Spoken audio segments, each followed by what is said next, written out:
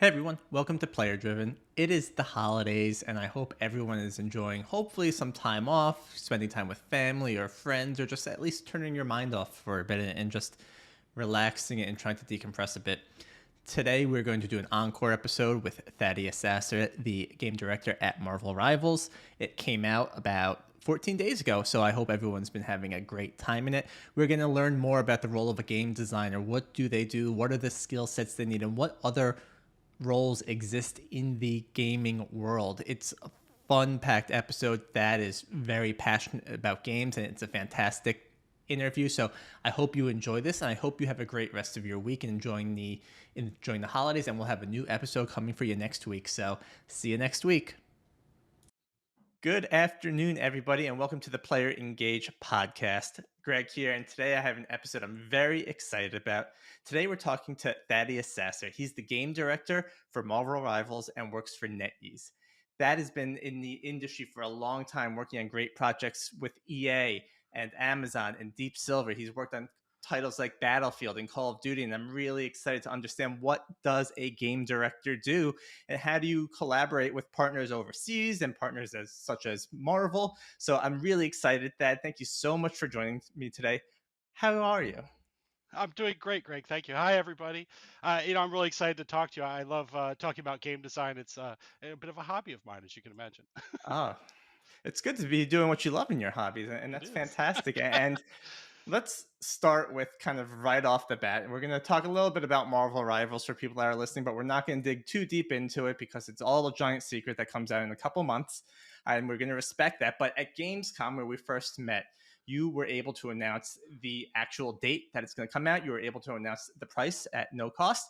And I'm curious, from your perspective, now that you've announced that stuff, is it a weight off your chest? Do you feel better? Absolutely. The game is coming out December 6th, as we announced at Gamescom, and everybody on the team is always thrilled when you can talk about your game finally to the public. And we've been through an alpha and a beta, and so we've been able to talk about it in bits and pieces. But as we get closer to launch, we'll be able to talk more about the game, and that's such a huge relief for the team because they've poured their hearts and souls into this game for a year or 2 years or longer, and it's always a relief to be able to see the fan reaction and to get energy from all those people who are excited about your game. Yeah, and you definitely shocked some people in the most pleasant of ways by announcing that it's not going to be costing anyone anything. It's going to be you can get all the characters at no cost, and that's fantastic. But forgetting all that, I'm really curious from your perspective. I talk to different studio people here and there, right? What is the role of a game director? That's a really good and kind of a complex question, Greg. A game director, the title and the duties can change from studio to studio is one of the things I've found. And for the listeners out there, I think it's important to kind of understand some of the job families in game design. When I first started, I had no idea that there were more than just programmers and artists. I just figured there was some smart people making it work, and they just kind of worked together and made it awesome. And what I found over time is that there are very specific roles, and they each kind of have a specific responsibility. If you think about the artists, for example, and these are the people who do the lighting or do the models or do the texturing or create the world environments or create the awesome concept art you've seen or even do the UI and things of this nature. The artists really make the game look pretty. Their job is to make it appealing and exciting for the players and to draw them in and to make it accessible so people can understand how it works. And this is just one of the jobs. And one of the other jobs, of course, is engineers or programmers. And these are the people that make the game work. They take all these pieces and they make them work together and make sure the complicated things like the rendering is good and the frame rate is fast and the network is not laggy and that all of the pieces work together and are useful for the players and function properly. And then you've got the role of production, and these are the people who make sure the game gets done on time, on budget, and help schedule everything and coordinate communication and make sure everybody's talking and working towards the same goal. And then you have my favorite job, of course, which is the game designers. And the game designer's job is really to make the game fun. It's to come up with some cool ideas and some mechanics and then take them to the players and get feedback and listen to them and iterate over time. And through iteration, make the game more and more polished and more fun. So those are some of the basic roles. And as you proceed down these tracks, there are typically kind of two different tracks you can go down. You can go down the track of being an expert, of really digging deep into your discipline and mastering every aspect of it, and being able to be one of the most successful people in the world at this specific discipline. And there's some very, very deep disciplines in there. But you can also go the another direction, which is leadership, where you acquire expertise and then you have to learn a whole new skill set of how to lead and how to inspire and how to manage people. And it's funny because it's almost like the skills that got you to where you are won't take you to where you need to go in that case. So it's like learning a whole new set of skills. So it's a really interesting career. It's very dynamic and very challenging, and it's kept me engaged for over 20 years.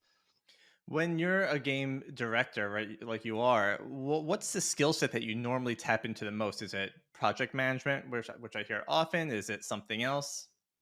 It's a mixture of a lot of things. It's definitely a little bit of project management, and over the years, I've worked for a lot of different publishers. You mentioned Amazon and Electronic Arts, and I worked for Activision and Ubisoft and Deep Silver, and a bunch of different places. And each one of them has their own approach to game development. And over time, you learn things that work really well, and you learn some things that maybe don't work so well. And you kind of build your own toolbox of tricks and tips and methods you can use to be more effective in your job.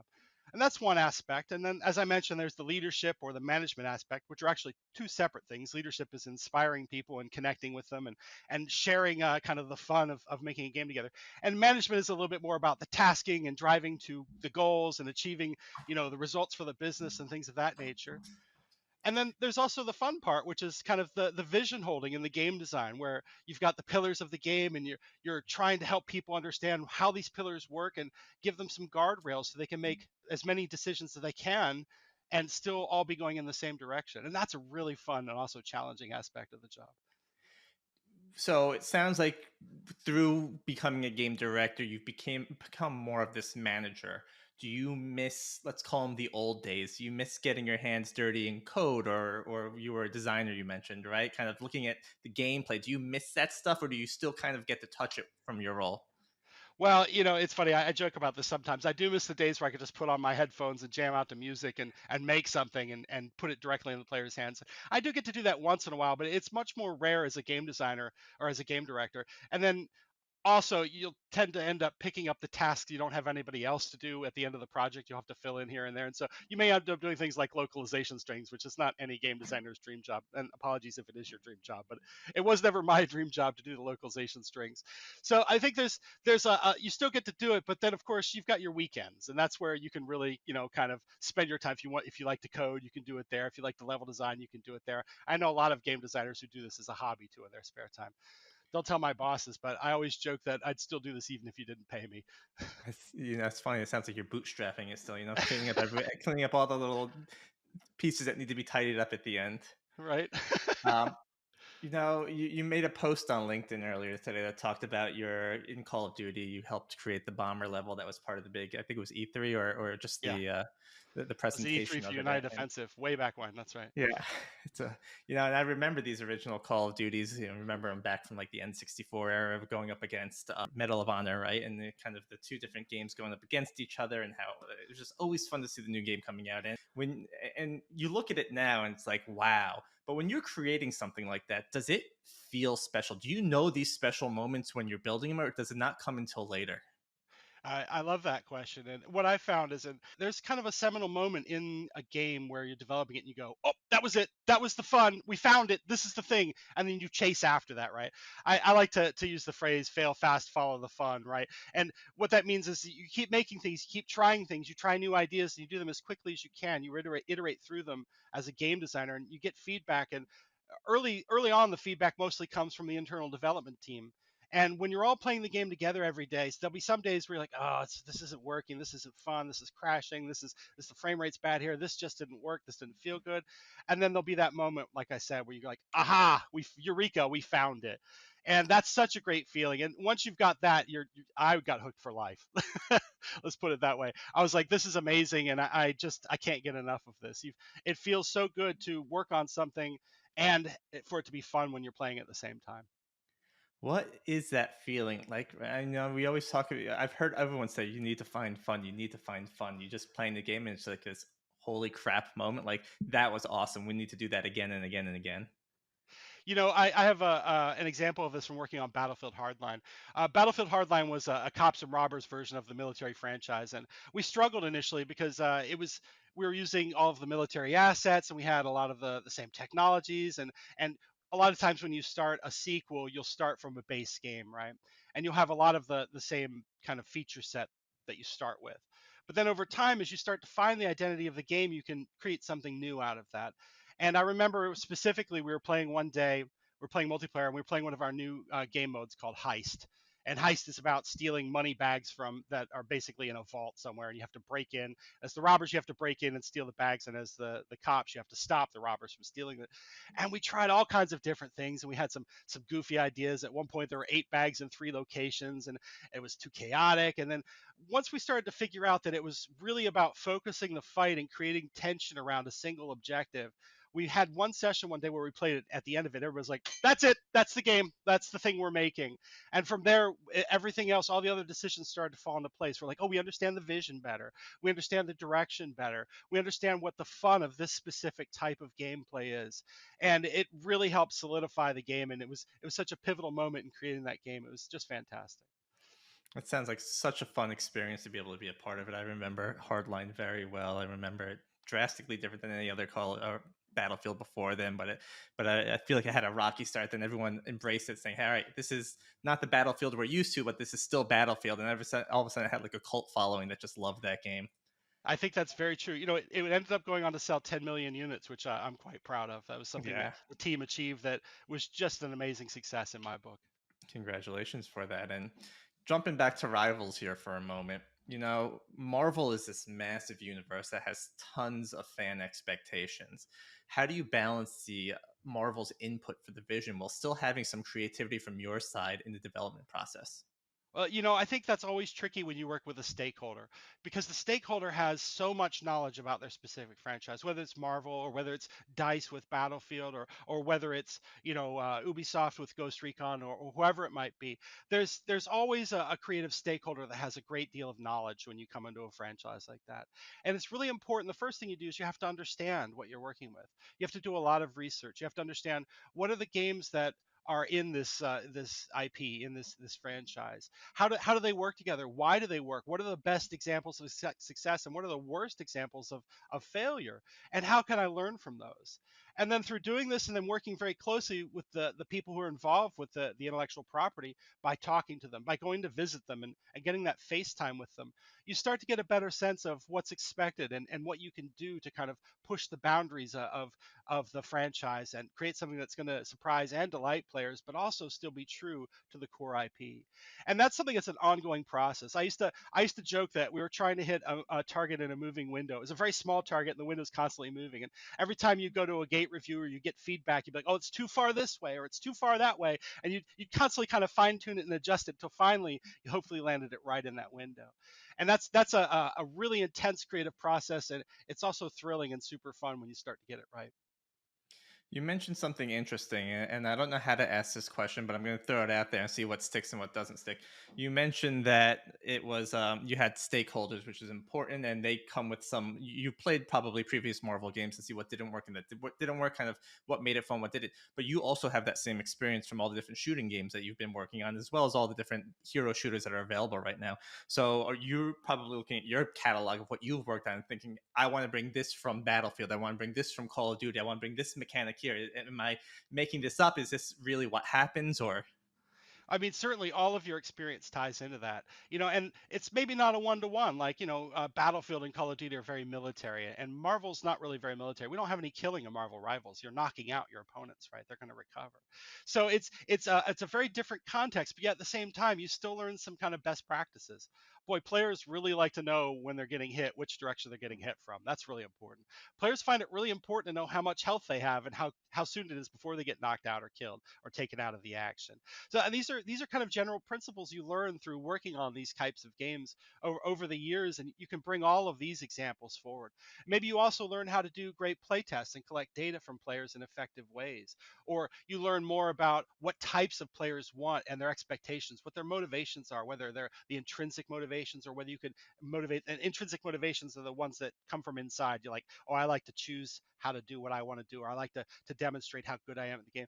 Or the extrinsic motivations, which are like, oh, I want to do this thing to get the cool skin, or the unlock for the weapon or the new attachment or whatever. So there's a lot of kind of factors that all tie into great core game design that you can take from your past experience and work with a new title on, almost in some ways, no matter the genre. But it really does help if they're close.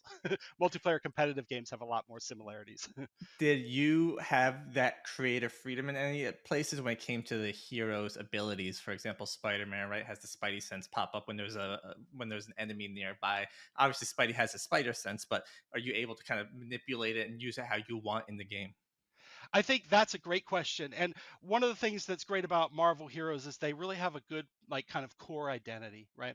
There's Spider-Man, he's got to have webs, right? He's got to be able to web sling. He's got to be able to shoot webs. That's kind of core to who he is. He's never going to carry a gun and run around and shoot people. That's not Spider-Man's identity. So there are some restrictions, but a lot of times designers actually thrive from restrictions. It's funny because if you put a designer in a small box, the designer will try frantically to get out. They'll think of all kinds of things. Well, what can I do with webs? Can we have him shoot webs at a 360 and web everybody nearby? What can we do with this? How can we realize the Spidey sense in the game? How could that work? And so I think being able to push on the edges of the box can create some really fun and exciting, like, gameplay moments. Whether it's a military shooter or whether it's a superhero based multiplayer competitive game. I love that. It reminds me of just having a sandbox, right? When you have a sandbox, you can design something. If you're me building a skate park in Tony Hawk, it looks like crap at the end because it's just this infinite thing I can build. I don't know where to start. I don't know what to do. But when you have those starting point, those pillars, it's like, all right, well, I got to be able to shoot webs. I got to be able to have the sense. And it really hones down, at least gives you direction, which I think is awesome. That's a great example, Greg. If I said to you, "Hey, Greg, you only get 4 half pipes, 3 rails, and 2 walls, and I want you to build the best park you can build," and 5 other people are also going to do this, and then we want to play them all, you would find that to be a very different challenge than what you said, which is, well, I just created stuff until I filled everything. You'd be like, whoa, wait, now I've got a little box, and how do I achieve? I have this idea. What if you bounced off the wall and then you grind on the rail and then you go through the half pipe or whatever, right? And so now, because you've got these pieces, you've got a little language, you can start building different gameplay sentences, if you would. Yeah, that's I never really kind of clicked that together, but it makes a lot of sense to me now, and thank you for bringing that up. Um, you know, you're working on one of the biggest IPs that are coming out in 2024 here, continuing to 2025, and if you look back at your career, you worked at some of the most amazing games, at least to me, that I grew up with, in Battlefield and Call of Duty, and it's just kind of defined my childhood. And I'm wondering, when you were in grade school, what did you want to do when you grew up, and how did you end up here? How did that path get you to where you are today? I had no idea what I wanted to do for a long time, Greg. It took me quite a while to find my way into this career, honestly.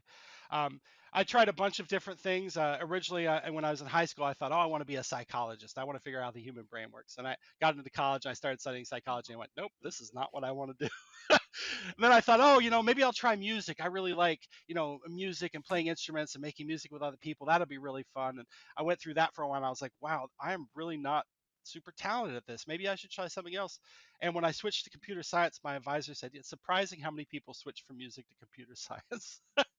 So, and that kind of started, partially because when I was a child, my dad bought one of the very first IBM PCs. It was, well, this is, I'm giving up how old I am here, but way back in the day when personal computers were just becoming a thing, I got a personal computer, and one of my friends and I, we taught ourselves how to program, and we made little games.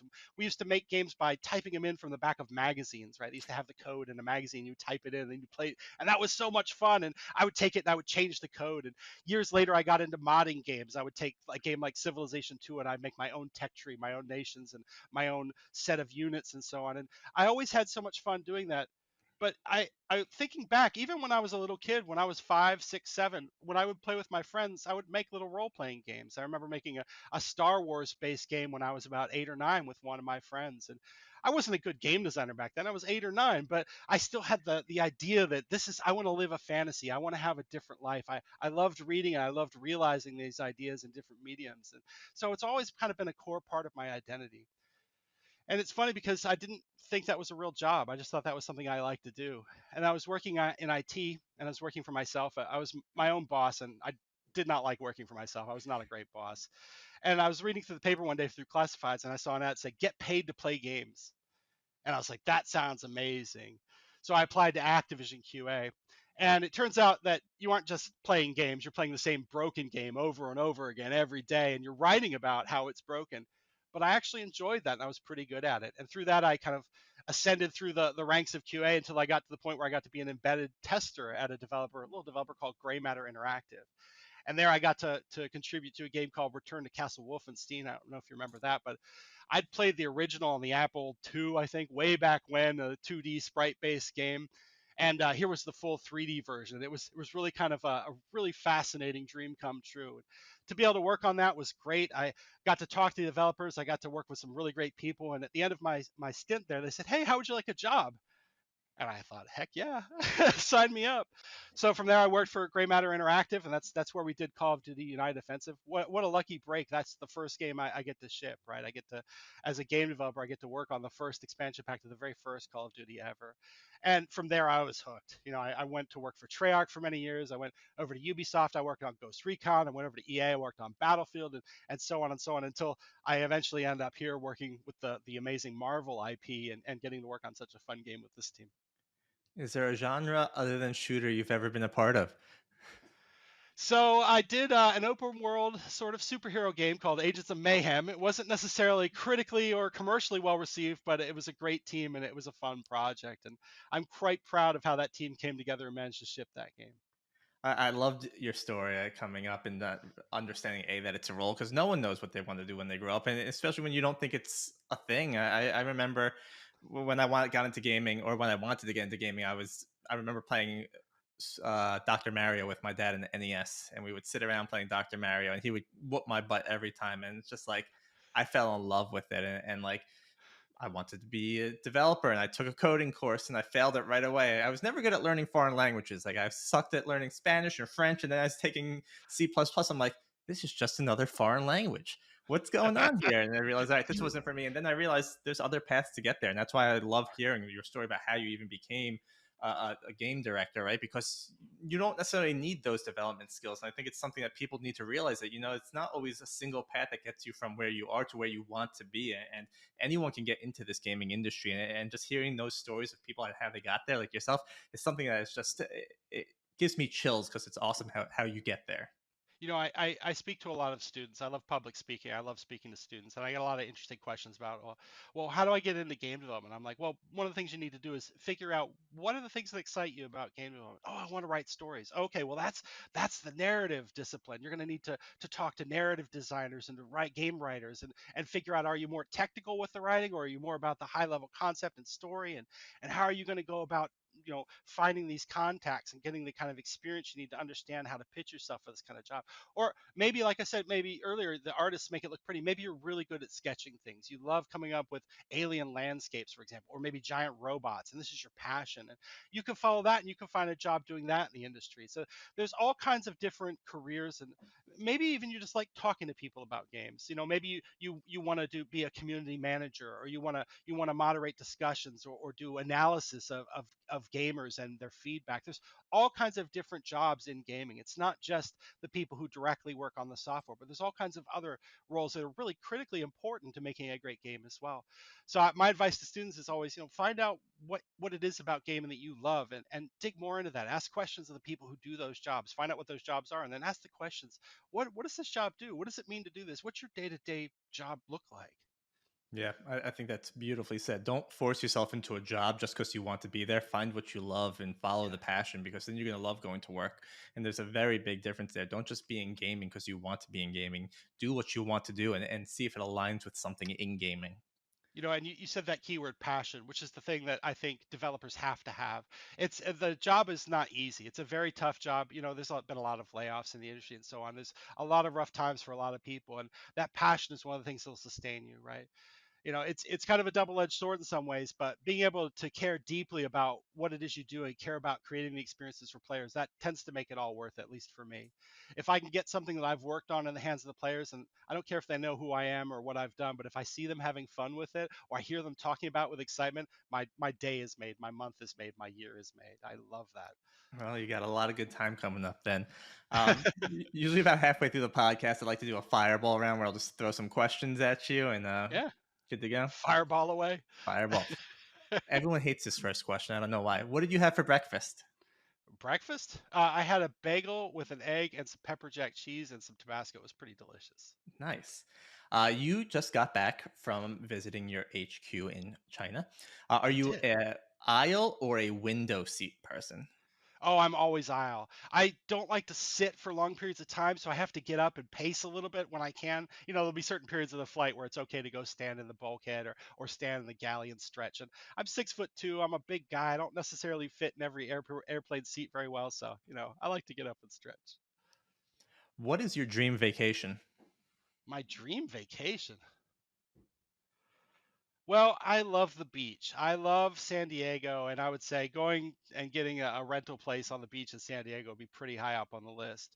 But I also like the mountains, so I think getting a mountain cabin up in the snow would also be a blast. So I think either one of those, and luckily you can find both those in California. So Polar opposites, right? yeah, almost literally. What uh, what game are you playing right now? Oh, well, actually, I just got back into Apex Legends. I love the shooting in that game, and they've added some really interesting progression mechanics in mid-match, where now your character starts to level up and you unlock more perks, which I find really interesting because we did something similar in Hardline a long time ago. So it's fascinating to see some of these ideas persisting and kind of still in the genre. Do you think those are lessons learned from the studio? Like, is it passed along through Dice or whoever it goes? I mean, Apex is respawn, right? So it's Yes, it's always hard to say. I know that designers learn from other designers, but I also have seen a lot of what I call design convergence, which is when you get a lot of smart people thinking about the same problems, they tend to come up with some pretty clever solutions that are pretty similar. So it's always hard to tell, is this inspired by something or is it an original idea that just appears to be the same? And I never really know, but I always like to think that smart people arrive at smart solutions together. So. there you go. You're off the hot seat.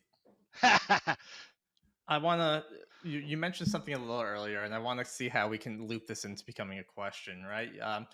You were Battlefield is known for their multiplayer gaming, and every Battlefield I think tries to pigeonhole in a narrative story to have that campaign element because then people complain there's no campaign. Well, it's Battlefield, but you have announced that there's a narrative to Rivals, and we don't have to dive deep into that, but how do you how do you put storytelling into a game that's a hero shooter, and how do you build upon that to keep people? It's not a single player mode, but how do you keep those players engaged? And like, maybe it's a question I can't ask, but No, you could ask this question. I think it's a valuable question as well.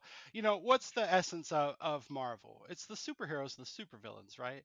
And so having the characters talk is a primary way you can deliver a story. Whether they're saying funny quips or they're saying something contextual in the heat of battle or they're talking about the game mode objective or whatever it is. Those are some of the ways you can deliver storytelling. And I think one of the other characters that people don't really think about as a character, but the environments tell a story as well. Why are you in this place? What's happening here? Why are there spider webs holding up the roofs of these buildings when the bases are destroyed? Oh, that's because the roof is the most expensive part to build, and it's a preservation act. They're saving the most expensive part because they can rebuild the lower part more easily. So there's all these little details that go into building a world, and sometimes we don't even explicitly talk about these with the players, and we just expect you to kind of explore the world and start to pick up on it over time. There's all kinds of ways you can go about telling stories with these different characters, the world or the superheroes or the supervillains. you mentioned a little earlier, and I want to back up to two things that you mentioned earlier. One, you talked about you were interested in psychology, and you took some psychology courses. Do you find yourself using psychology in your day to day job? Absolutely. I think every designer does, whether they do it, kind of explicitly or not. And I think there's an ethical way to do it. There's an unethical way to do it. And I think there've been some great books about this as well. I try to be very ethical when I think about game design. I prefer to rely on, kind of intrinsic motivations. I talked briefly about those earlier, but the idea of autonomy. I can choose what to do, right? Of mastery, I can get better and kind of feel like I'm achieving progress at getting better at the game. And then there's the relatedness aspect, the social aspect. And you can start to tie these together like, oh, I want to show off my mastery to my friends. And oh, I want to make choices with my friends together and we can tell a story together. So there's all kinds of different player archetypes that work in these intrinsic motivations. And that's typically where I start.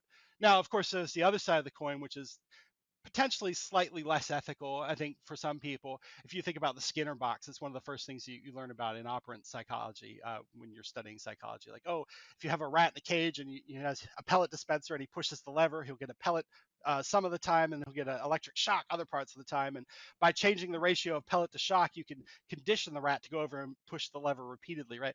That's kind of the dark side of psychology. And that's the side that I prefer to not think about as heavily, and to think more about how do we entice players to want to enjoy the game, to want to come in and to see more content.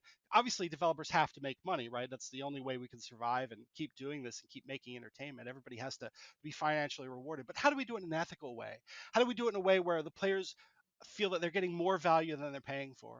I always like to think about, this is kind of silly, but I always think about my gaming time in terms of a dollar per hour proposition. And if I'm paying a dollar per hour, if I pay $60 for a game, I want to get 60 hours out of it. And I feel like I've hit my value proposition. So multiplayer games for me are a great investment. I love that. Now other people might price that differently. They might say, well, if I get 4 hours of entertainment out of an amazing movie quality game, I'm willing to pay $15 an hour. That's what I pay at the movies. So it's very different for each type of player. But I think there's some interesting comparisons there. What's your personal value point?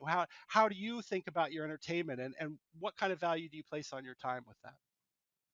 Yeah, that's a fascinating way to look at it. I love that explanation of it, and it's a good way for me to convince my wife to let me buy more games. Uh, Don't use your powers for evil, Greg. yeah, right. No, but I love always hearing that. Like a lot of the people I do talk to say they want to be lawyers, they want to be teachers, and they're in these roles that do require that type of knowledge, or whether you're educating people on how to play a game. And it's funny how all this stuff kind of goes back, and you can look at it. What did I want to be when I grew up? Well, the core values of what that was is what I'm doing, and it's kind of cool just to be able to kind of relate that. And sometimes it's way off, and it just ruins my whole theory. So Well, no. What a great example. I mean, I know definitely lawyers and teachers use psychology. How do I motivate these students to learn? yeah, What is it about the material they would find interesting? How do I give them a way to be motivated, intrinsically motivated to learn these things? Because I can't give them rewards in class other than grades, right? How do I motivate the students who don't care about the grades? How do I get them interested and engaged? yep. I love that aspect, and I'm certain I've never been a lawyer. I've been a teacher, but I've never been a lawyer, so I can't speak too much about that. But I'm certain that something applies there as There's still time, Thad. There's still time. well. One thing I love that you guys do is that you engage with the community and you collect feedback. The subreddit for Marvel Rivals is thriving, has people making their own characters, and I'm sometimes confused if it's real or not a real character. And feedback from my own job is important because I love making sure that we provide tools, but I want to make sure that people are collecting feedback. Because if you want a good game, you need to be able to listen to who you're talking to. So, how do you, as a team, how do you collectively work together to get that feedback, analyze that feedback, and make educated decisions? Well, let's talk first about player feedback. I think one of the important things to do is to not take player feedback at face value always. A lot of times players will say things and they aren't necessarily communicating what their intent is. And you kind of have to sometimes ask deeper questions. But, oh, why do you think that way? Is it because of this? Oh, well, if it's not that, is how do you think this change would affect you? Oh, would this affect the way you feel? And kind of being able to dig into that and understanding the intent behind what they're saying is more important and more useful than literally the suggestion they just gave you. I think the other thing to remember is that everybody can be a game designer, but not everybody is a good game designer.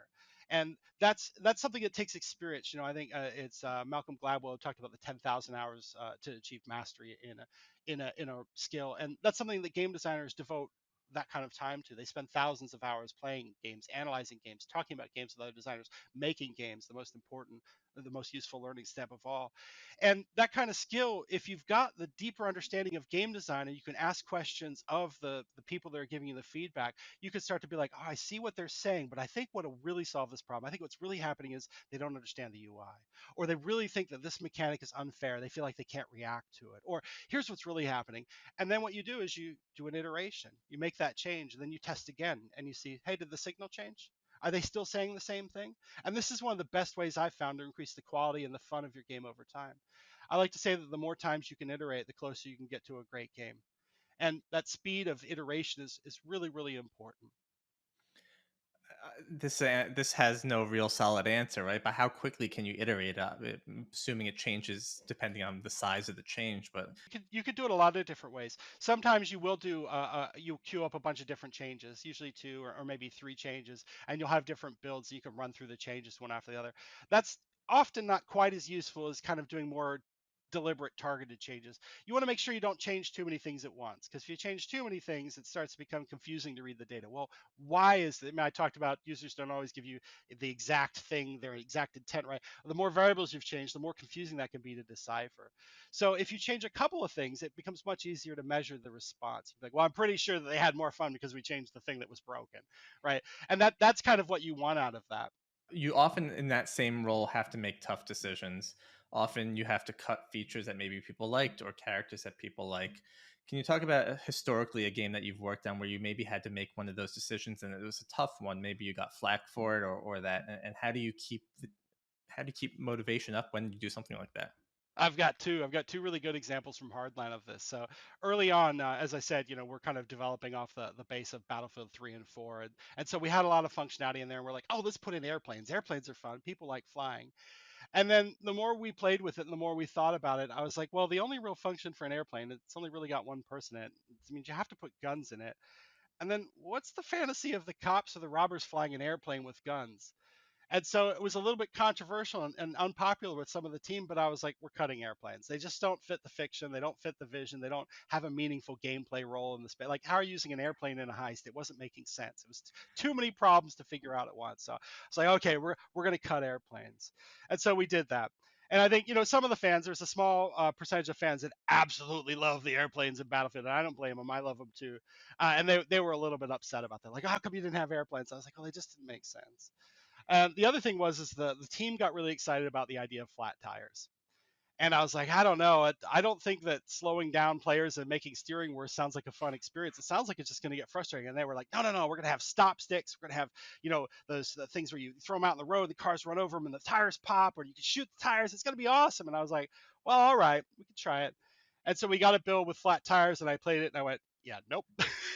I don't agree. This isn't going to be fun, and I just want to stop. It's going to be expensive for development. I just want to cut it now. And that was a difficult one because, again, like some members of the team don't agree with that. But I think that's one of the reasons why you have somebody who's responsible for making those hard decisions that you talked about.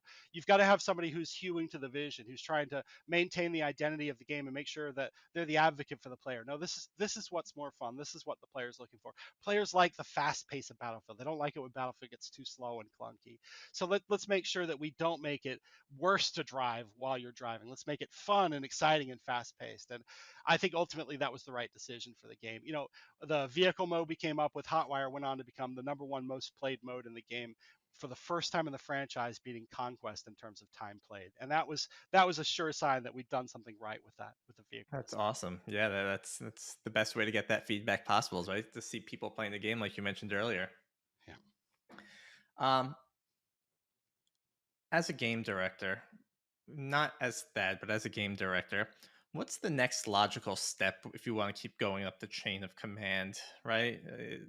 Where do you Well, go from there? technically, I think the next step is studio design director, which is more of a studio level position. As a game director, one of the things I do is a little bit more strategy. I think each level you kind of rise in the hierarchy. You get less hands on, as we talked about, and you become, more about the strategy or the management and so on. And for me, I think that a studio design director might do something like help the portfolio of titles across the studio, right? Be looking at the strategy for all the titles and how they fit together, how all the SKUs kind of fit together and make a compelling offering across multiple years.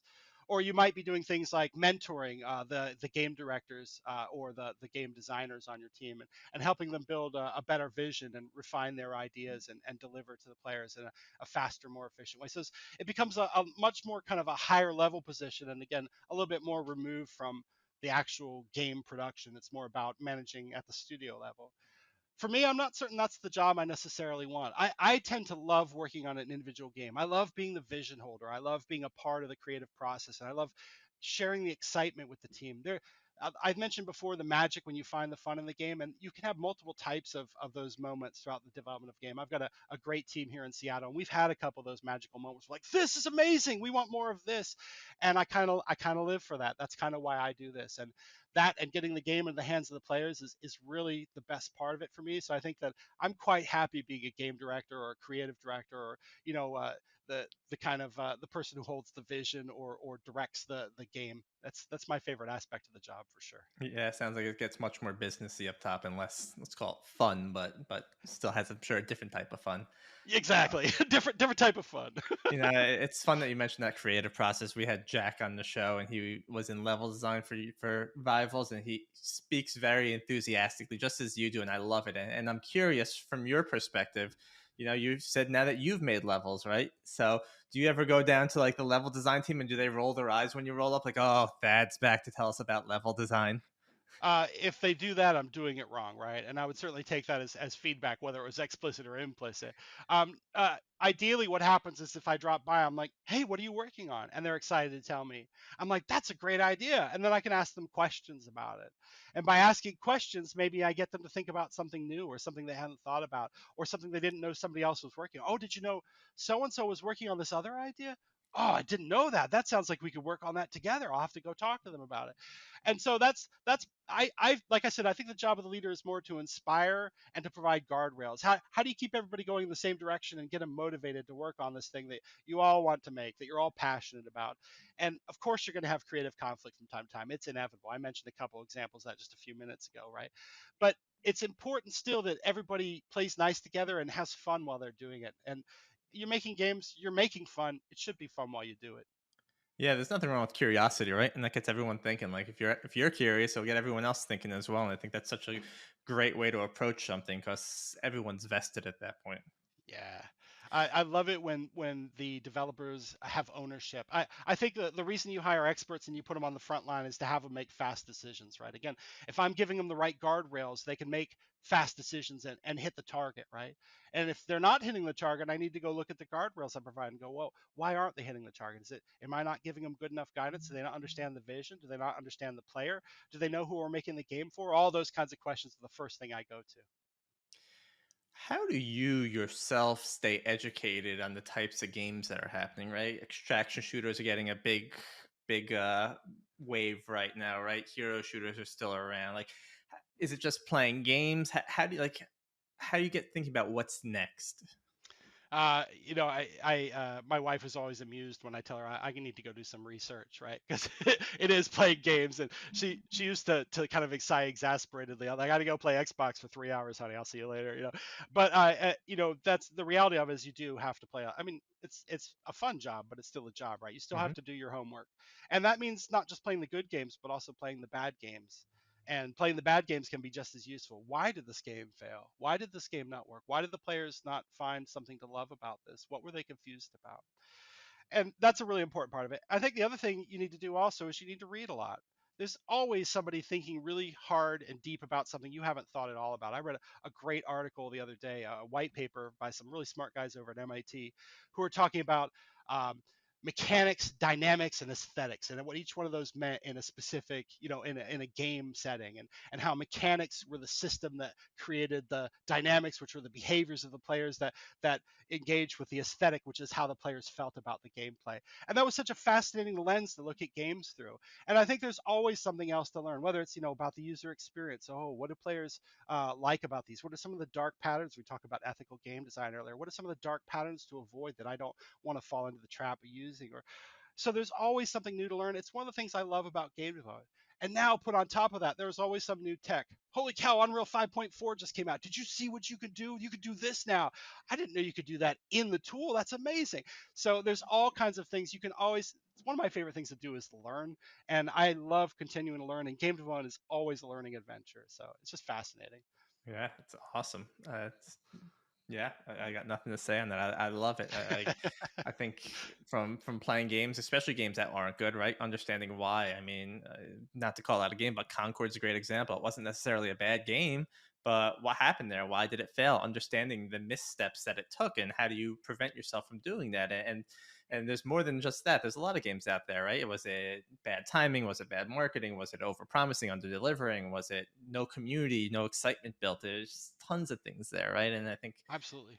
I love that lots you of brought up marketing. That's one of the things I've been learning and thinking about a lot recently, and how important that is, and about organic growth. You look at a game like Valve's Deadlock and the brilliant job they've done of stealth marketing that game with the invite system, where you're able to invite your friends, and you're excited about the game. You're going to go invite your friends to be excited about. That's such a brilliant way to kind of create a social network of yeah. people that play your game. So there's just some brilliant examples out there, and like I said, it's an adventure of continuous learning.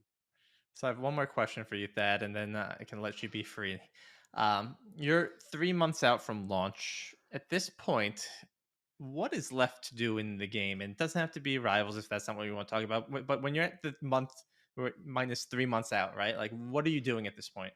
Everything, you're fixing everything. So a game is a huge endeavor by lots and lots of people. I'm not going to say how many people, but there's a lot of people involved. There's a lot of moving pieces, and whenever you have anything of that complexity, there's going to be problems. They're often known as bugs. You've probably heard of these, and these, it's literally from the old days where you literally get a bug inside the computer and you'd have to go find the bug and remove it, right? And these bugs can really greatly impact the user fun, right? If the game comes out like Battlefield 4 does, and the servers burn down, fall over, and sink into the swamp, and all the players are outraged, that's a huge miss. You don't want that to happen ever, right? You want to make sure that you've got everything buttoned up and you've got a response for any possible problem it could have. And so a lot of the times, as you're coming up to launches, you're trying to cross all the T's and dot all the I's, and make sure that everything is going to work. And there's a lot of complicated steps involved in this. If depending on what platforms you're on, you have to go through a certification process that has all kinds of crazy requirements you might not have thought of. What happens if you unplug all the controllers and let the game sit for 24 hours? Have you ever tried that? Oh no, we never did. Oh, we got to check that. Okay, there's all kinds of things like that you have to go through in order to get the game to ship that a lot of people have never thought about. And so it's a very busy time. In fact, it's the busiest and most stressful time of making a game is shipping it. But then hopefully it's all worth it at the end. And when the players get their hands on it on day one and they love it, and they're talking about the fun they're having, that's when the payoff is. Beautiful. I lied. I have one more question. What is the most difficult part of your job, The most difficult part of my job. or the things that you don't look forward to? What would that be? You know, I like being places, but I don't like traveling. I don't. We talked about airplanes earlier. I don't like being on airplanes. I'm a big dude, and I love being in Guangzhou. It's such an adventure. It's such a different place, and it's got so many cool things. The food is amazing. The people are awesome. But getting there is a 13 and a half hour plane flight if you're lucky, right? Sometimes with a 5 hour layover, and it's really taxing. And then the time zone difference really throws me for a loop too. It's like a full 8 or 9 hours off, and that's really hard to adjust to. So the act of traveling itself, not a fan of. I keep wishing that we would have Doctor Strange's portal. I could just, hey guys, I'm here. That would be great. Whoever gets that going is going to become the first trillionaire if someone's Seriously. not that already. That this has been such a fun conversation. I appreciate you opening up, explaining to me all the different concepts and what you do as a game director, all the other roles as well. It's exciting to hear about someone that's made games I've played and I've loved it, and thank you for that. Before we do end today's podcast, is there anything you'd like to just share or say? I talked earlier about getting in the gaming industry and finding the things you want. I also want to point out that the gaming industry is going through a tough time right now. And so if you are thinking about going in the gaming industry, it's smart to have a plan B that maybe isn't tech based. Maybe you have another passion as well that you can pursue. And you can look at gaming and think about how you're going to get into it. So I would say it would be smart to always have a backup plan. You know, a lot of the skills in game development don't necessarily transfer to other industries. And I think it's important that you set yourself up for the best success and the happiest life you can. So make sure that you've got, a solid idea of what you want to do and then have a backup plan to sustain you on your way there. Well said. And again, Thad, thank you so much for coming out today. We'll have links to NetEase, to Marvel Rivals, to Thad, everything. So, Thad, thank you again for this, and best of luck in December. I'm excited to be online on December 6th, getting my butt handed to me on Rivals, Oh, me and too. I will see you there. Thank you, Greg. It's been great talking to you.